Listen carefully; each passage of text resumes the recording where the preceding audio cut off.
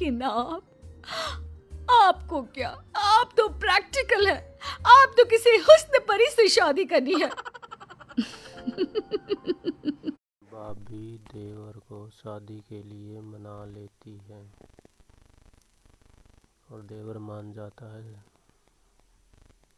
में दुल्हन को देखने जाती है और दुल्हन उन्हें पसंद आ जाती है। एक नंबर की गंवार। अब देखो रूपाली, मुझे जॉब के लिए देर हो रही है।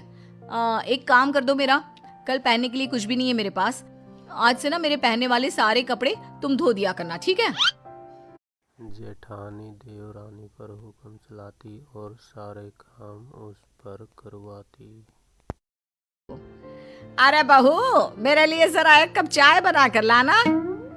रूपाली, माँ जी को एक कप चाय बना कर दे दो। लेकिन भाभी मैं तो।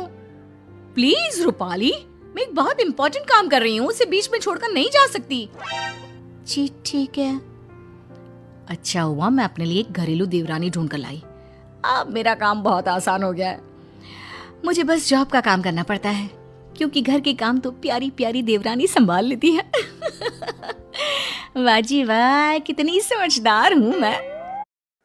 कुछ दिनों बाद देवरानी अपना रंग दिखाने शुरू हो जाती है। रूपाली, जरा मेरा फोन पास करना, और वो फोन में चार्जिंग नहीं होगा, मेरे बैग में चार्जर रख देना। और हाँ, जेठानी ने जितने दिन हुक्म चलाना था चला लिया। इसके बाद देवरानी ने अपने रंग दिखाने के लिए तैयार हो गई और उसने रंग दिखाना शुरू कर दिया। क्यों दीदी, आप क्या कर रही हो? बैठी ही तो हो। और दीदी, ये छोटे मोटे काम ना खुद कर लिया करो। वैसे भी ऑफिस में भी तो काम करती होगी ना, हैं? हाय रे, ये क्या, सत्ता तो अभी तो बनी थी, आक्रमण हो गया और पूरा ख्वाबों का किला धुस। ओए सुन, ज्यादा बोलने की जरूरत नहीं है, गंवार कहीं की। मैं ना होती तो किसी गांव के घर में चूल्हा फूंक रही होती। ओए होए, ये मुंह और मुख की दाल। मैं कहाँ बैठी होती ये आपको ज्यादा पता है।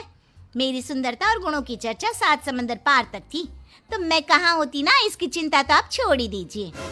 अगले दिन। अरे माँ, ये देवरानी साहिबा कहाँ है? उठी नहीं है क्या अभी तक? अरे वो है कहाँ, वो तो सुबह के बस से ही गांव चली गई। और हाँ, वो दोनों बात कर तभी देवरानी का फोन आ जाता है। सुनिए दीदी, मैं ना कुछ दिनों के लिए अपने मायके जा रही हूँ। मेरी बस का टाइम हो गया है, इसलिए मैं कपड़े और बर्तन धो कर नहीं गई हूँ। इसलिए वो काम आप ही कर लेना। और हाँ, सासू माँ का ना अच्छे से ख्याल रखना।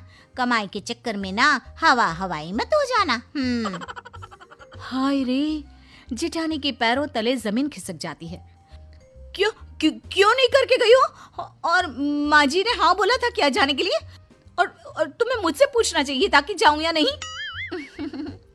माना भाभी, बहुत गर्मी है, लेकिन ये क्या कि आप अपना मानसिक संतुलन ही छोड़ देती हैं। अरे बकवास करने की भी हद होती है भाभी।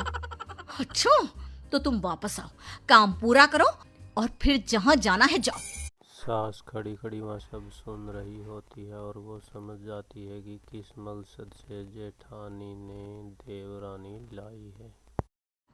माँ जी, मेरे ना होने पर लग रहा है कि नाश्ता खाना आपने सब छोड़ दिया था।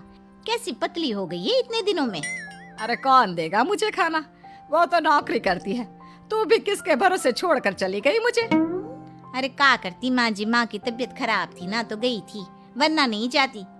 वैसे भी ना माँ जी, भाभी को भी अब थोड़ा काम करना चाहिए। हम कौन सा उनके पैसे रखते हैं, अरे घर उनका भी तो है ना। ये सब बोलकर वह सास के लिए खाना बनाने के लिए गई। तभी अरे आ गई हो तो चाय भी बना दो, और हाँ, खाना थोड़ा जल्दी कर दो, मैं पैक करके भी ले जाऊंगी।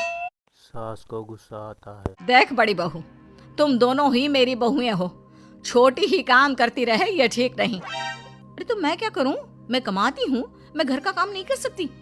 ये इस गंवार से करवाओ। वैसे भी घर के काम तो छोटे लोग ही करते हैं। माँ जी, आप ना परेशान ना हो। मैंने शाम के खाने के लिए एक छुट्टी लोग जैसी नौकरानी रख ली है। सुबह का मैं बनाऊंगी और रात का या तो भाभी या तो वो नौकरानी। और नौकरानी के पैसे तो